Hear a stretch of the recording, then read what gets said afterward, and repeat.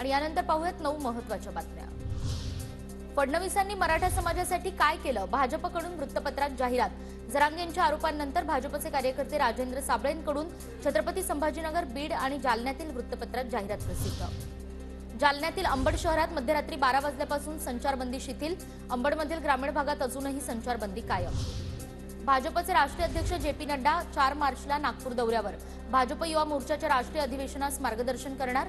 मंत्री नितीन गडकरी, देवेंद्र फडणवीस, चंद्रशेखर बावनकुळे उपस्थित राहणार। पुणे लोकसभेसाठी भाजप ऍक्टिव्ह आणि पुण्यामध्ये आज भाजपचं बूथ प्रमुख कार्यकर्ता संमेलन। चंद्रशेखर बावनकुळे आणि यूपीचे उपमुख्यमंत्री ब्रिजेश पाठक मार्गदर्शन करणार। निवडणुकीसाठी कार्यकर्त्यांना कानमंत्र देणार। मुंबईतील शिक्षकांद्वारे अजूनही निवडणुकीचं काम सुरू। मुंबई आणि उपनगरातील शिक्षक अजूनही निवडणुकीच्या कामात व्यस्त। निवडणूक आयोगाचा निर्णय औट घटकेचा ठरला।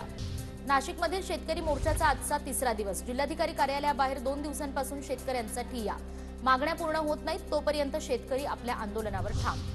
विदर्भ आणि मराठवाड्यात आजही पावसाचा इशारा। विदर्भ आणि मराठवाड्यातील बऱ्याच ठिकाणी हवामान विभागाचा येलो अलर्ट।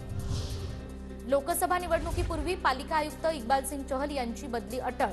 आयुक्तांना 3 वर्षांचा निकष लागू नये अशी राज्याची मागणी निवडणूक आयोगाने फेटाळली।